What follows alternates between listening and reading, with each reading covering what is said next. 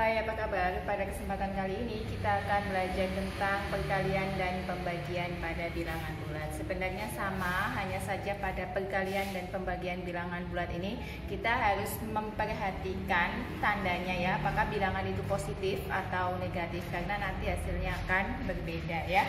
Jadi untuk perkalian itu apabila ada positif, kita kalikan dengan positif, maka nanti hasilnya adalah positif.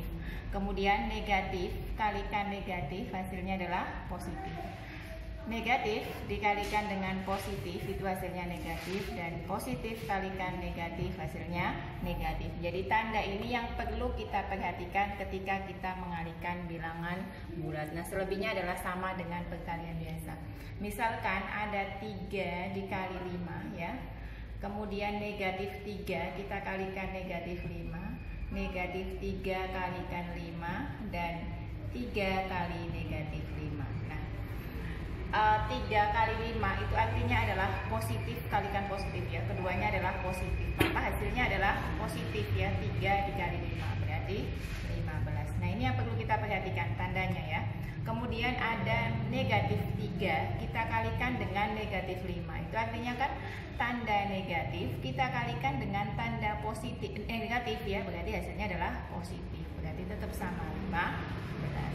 Nah, yang ketiga adalah negatif kemudian kita kalikan dengan positif.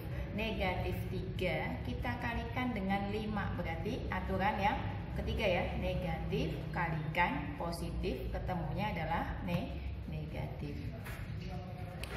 Selanjutnya ada 3 kalikan negatif 5, berarti adalah positif ya, bilangan positif kita kalikan dengan bilangan yang negatif, berarti hasilnya adalah negatif. Jadi tanda inilah yang perlu kita perhatikan ketika kita mengalihkan bilangan bulat. Jadi positif ketemu positif, negatif dengan negatif jadinya positif, negatif positif negatif, positif kalikan negatif adalah negatif. Nah, sekarang kalau tadi adalah perkalian ya, jadi yang perlu diingat tadi ya. Sekarang adalah pembagian. Bagaimana pembagian pada bilangan bulat ya? Pembagian pada bilangan bulat sama dengan perkalian ya, yaitu kita harus memperhatikan tanda-tandanya atau bilangannya, apakah bilangan itu positif atau negatif. Jika ada bilangan positif, kita bagi dengan bilangan positif, maka ketemu positif ya. Apabila negatif, kita bagi negatif juga, hasilnya adalah bilangan positif. Tapi bila negatif ketemu positif ya, kita bagi dengan positif, nanti hasilnya adalah negatif. Dan apabila positif kita bagi dengan negatif, adalah hasilnya negatif. Misalnya 15 kita bagi 3 ya, 15 kita bagi negatif 15 bagi negatif 3, negatif 15 kita bagi 3, dan 15 ya, 15 kita bagi negatif 3. Nah, kita lihat tanda-tandanya ya. Positif kita bagi dengan positif, artinya kedua-dua bilangannya adalah positif, maka hasilnya adalah positif ya, berarti 15 bagi 3 5. Kemudian ada negatif 15 kita bagi dengan negatif 3, berarti hasilnya adalah positif 5 ya. Negatif 15 kita bagi 3, hasilnya berarti karena negatif 1 positif, ketemunya adalah negatif.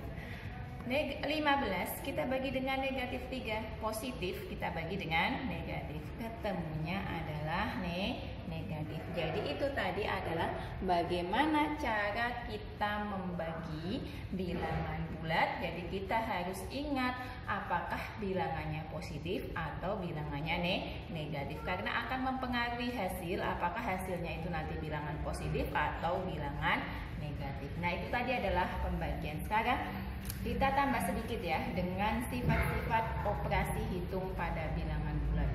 Sifat operasi hitungnya ya. Nah, sifat operasi hitungnya ini ada 3, yaitu komutatif. Komutatif itu apa? Komutatif itu pertukaran ya. Pertukaran maksudnya bagaimana? Maksudnya apabila misalnya ada A ditambah B itu sama dengan B ditambah A ya. Contohnya gini, 3 kita tambah 5 itu hasilnya nanti akan sama dengan 5 kita tambah dengan 3 ya. Nah, komutatif ini hanya berlaku pada 2 ya, hanya berlaku pada perkali penjumlahan ya dan perkalian. Apakah kenapa kok pada pengurangan dan pembagian tidak berlaku? Nah, kita coba misalnya ada 5 kita kurang 3, apakah hasilnya akan sama dengan 3 kurang 5? Tidak sama, makanya komutatif ini tidak berlaku pada pengurangan dan pada pembagian ya.